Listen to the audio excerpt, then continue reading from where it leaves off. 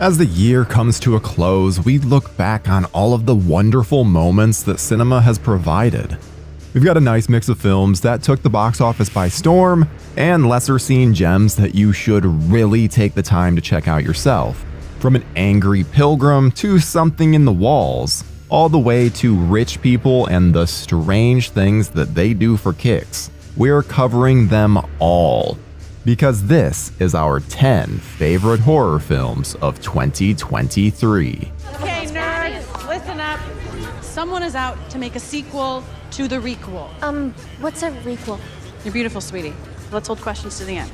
First off, it wouldn't be an incredible year if I didn't have a ton of honorable mentions. So I wanted to make sure to give a shout out to Onyx the Fortuitous and the Talisman of Souls as one of the best horror comedies of the year. It Lives Inside for its Indian slant on a familiar tale, Talk to Me with its phenomenal cinematography, The Boogeyman with its wonderful performances, and finally Skinamarink as being one of the most unique films to release this entire decade. Woo! Now let's get on to the list. Spoilers inside. Yo comí de ese cuerpo. ¿Y a tu mamá? ¿Qué le pasó a tu mamá? Le pasó lo mismo que a tu mamá. Number 10. When Evil Lurks. I always like to make sure that we represent Shudder, and they had some really good releases this year, but few received the praise that was given to When Evil Lurks. This Spanish-language film deals with demonic possession in such a unique and creative way.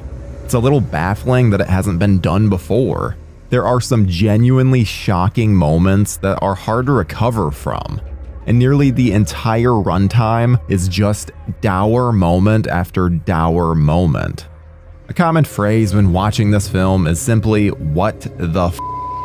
Two brothers discover a demon-infected man and in the process of trying to get rid of him, spread the chaos. You are not ready for this one. Yeah, I'm an exchange student from Prince Edward Island, Canada. Sounds made up. It's not. It's a real place. Number 9. Totally Killer. Whether it's Back to the Future or even A Happy Death Day, time travel stories can run the genre gamut. And horror always manages to add a flavor that others just can't. Kiernan Shipka is a great lead, and the time travel angle is handled really well. They don't try to make it overly convoluted, and present it in a pretty simple and easy to understand way. Totally Killer follows Shipka's Jamie as she goes back in time to stop a killer who murdered 3 girls in the 80s. It's fun, it's unpredictable, and it has the right balance of laughs and murder. The Sweet 16 killer is one violent dude, and I appreciated his signature look. Had a little Max Headroom vibe to him. And given the time travel angle, I appreciate the changes to the formula that the film pulls off in the end. What do I do, Jess? Jess, what do I do? Number 8. Thanksgiving. While many, myself included, were expecting a more grindhousey approach to the material, Eli Roth instead decided to honor the slashers of the 2000s. This one could fit firmly on the shelf next to Valentine and My Bloody Valentine 3D in terms of tone. And despite being a slasher, the acting here isn't half bad. With an absurd premise of a pilgrim costume killer taking out people who had connections with the Black Friday accident that happened a year prior, the world set up isn't one of realism. We get a nice dose of ultra-violence spread throughout, and the effects are some of the most impressive gore of the year. They have just the right amount of believability mixed with absurdity. I think what surprised me the most was how competent the acting was, since we don't see that in slasher films. While the cast isn't particularly likable, even the final girl, Roth managed to create an awesome new slasher villain with John Carver. Open, shut them, open, shadow. Number 7. Birth Rebirth. There's a reason that the Frankenstein story has been repeated time and time again. Hell, Emma Stone is likely to get an Oscar nom for Poor Things. Frankenstein is in. And few films left as much of an impact on me this year as Birth Rebirth. The loss of a child is absolutely traumatic, but how this film looks at grief will make you question your own life choices. Judy Reyes gives an utterly phenomenal performance here, but it's Marin Ireland who steals nearly every scene. Her approach to the material is scientific, and the character's actions are morally reprehensible while being completely reasonable. This is such an underseen gem. Parce que vous allez vite comprendre que c'est pas une coïncidence si les 3 victimes sont mineures, caucasiennes, blondes, aux yeux bleus et de bonne famille. Number 6. Red Rooms. Easily the most unknown on the list, I'm doing my part to spread the word about this intense thriller. This takes the concept of a model obsessing over the trial of a serial killer and takes it to new heights. Juliette Gariape delivers a remarkable performance, conveying so much with so little. The opening courtroom scene is brilliant and sets the stage perfectly. It takes nearly 20 minutes for us to meet our lead, and the entire time is absolutely enthralling.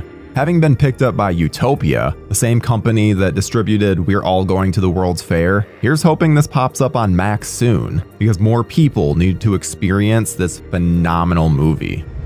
I felt like I was in his body.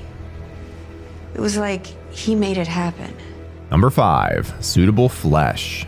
The sex thrillers of the 90s have been on ice for quite some time, so I was happy to see Joe Lynch's take on H.P. Lovecraft by way of Dennis Powley.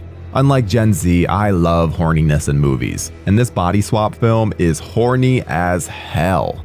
Heather Graham stars as a therapist whose client claims a demon is trying to possess him. The babysitter's Judah Lewis is great when he's in demon form, and it's wonderful to see him continue with the genre. There's a great scene involving a car's rear camera that really showcases the film's creativity. And credit Barbara Crampton, who really championed this project and kicks ass as Dr. Daniela Upton. I'm only trying to help you. That game is over, and a new game's about to begin. Number 4. Saw X. Legacy sequels have been a mixed bag this year, and most have seemingly gone the way of the dodo. But every now and then a film comes along that proves to be an exception.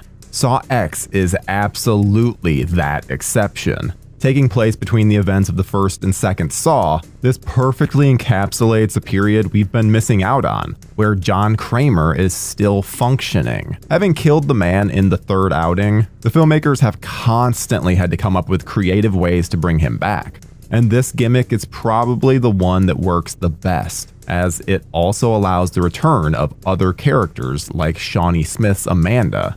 And it's great to see John on a slight revenge mission as he goes after people who are scamming cancer patients, including himself. 10 films in, it's shocking that this franchise was able to reinvent itself and provide what is widely considered the best Saw since the original. Who gives a f about movies? Number 3. Scream 6. I'm an absolutely ginormous Scream fan. It is my favorite horror franchise and something that has really shaped me as a genre lover.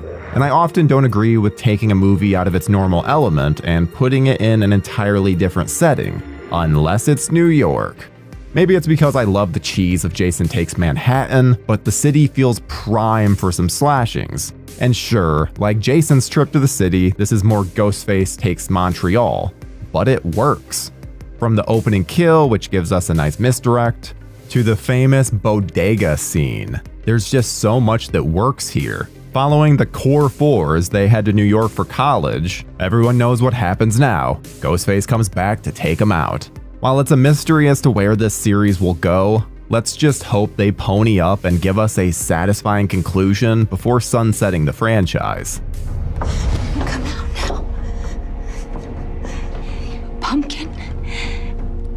For our pumpkin. Number 2. Cobweb. Easily the biggest marketing blunder of the entire year, this movie never got a fair shake in theaters, coming out the same day as Barbenheimer. And it was gone in no time, being seen on demand just 2 weeks later and out of theaters just as fast. I've never been more disappointed in how the film just was never given the chance to find its audience. So I'm doing my part to spread the word on what is one of the best horror movies of the last decade. Yes, you heard that right. With cinematography that is absolutely stunning and a mystery that intrigues from the onset, this takes you on such a unique ride that satisfies. As a matter of fact, I don't even want to get into the plot out of fear of spoiling it for you. While there is a pretty massive shift that can be quite polarizing, everything is set up to perfection. This is an instant Halloween classic on the same level as a Trick or Treat. The October vibes are very strong with this one, with enough pumpkins that you'll question how one yard can even grow so many. And if you thought Anthony Starr was scary as Homelander, oh ho ho, get ready. What are you doing in there, James? Huh? Where do you think you're going, you little baby? Number 1, Infinity Pool. Nepo babies have been quite the topic of discussion this year, and I think it's simply stupid. You know who's going to be pretty well suited for a certain job? Someone whose mentor is their parent. So it shouldn't be shocking that Brandon Cronenberg has taken after his dad David and is a f***ing fantastic filmmaker. He's proof that there are still original ideas out there as he constantly pushes the envelope. Mia Goth and Alexander Skarsgård are spectacular and create a lot of magic on screen. Just, get ready, because as much as I talked about suitable flesh being sexual, this one takes the horniness up to 11, and it gets weird with it. Real weird. But its social commentary and utterly despicable characters combine for one of the most intriguing stories of the year. This is one that you will not soon forget. So get ready, Evan. You're about to go viral. And those are some of our favorite horror movies of the year. What are your favorites? Make sure you leave a comment, and here's some of the Joe Blow horror staff giving their favorite horror films of the year. Lance Velchuk here for Joe Blow Horror Originals, and I'll be honest, I'm not really good about best of, but one movie that stuck out to me this year was Cobweb. It's unique, it's weird, strange, and one of the best damn Halloween movies I've seen in a long time that was poorly marketed. Trailer's kind of bad, and don't get me started on the cover art. So if you get a chance, Cobweb.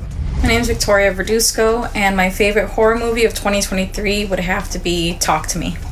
Hey guys, it's Kier from Joe Blow Horror Originals, and I have to say that my favorite horror movie this year was Evil Dead Rise. Personally, I think it was a good year for horror movies overall, but Evil Dead Rise had everything. Without a doubt, best horror movie this year, Evil Dead Rise.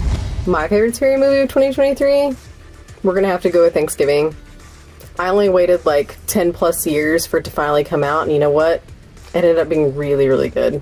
When it comes to my favorites of the year, I would probably have to say it's a three-way tie between Scream 6, Talk to Me, and Thanksgiving. However, the one that's seen the most this year is Five Nights at Freddy's. Why? Because I'm kind of a fan. Hey everyone, this is Eric Walkuski letting you know my favorite horror movie of the year, my favorite movie period of this year was Godzilla -1.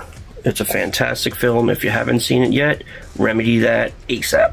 Hey guys, Paulie Books here. My favorite horror movie of the year is Thanksgiving. Thanksgiving has some of the best gore gags that you'll ever see in the past decade. For all you horror hounds out there, Thanksgiving definitely delivers. It keeps you on your toes, keeps you guessing, and that dinner table scene is a total chef's kiss. Check it out. Hey, Tyler here, and you guys need to definitely make sure that you see Cobweb and Infinity Pool. Absolutely incredible. And also, thank you guys for watching Joe Blow Horror Originals. In 2023, we should have an even better 2024. Stay spooky.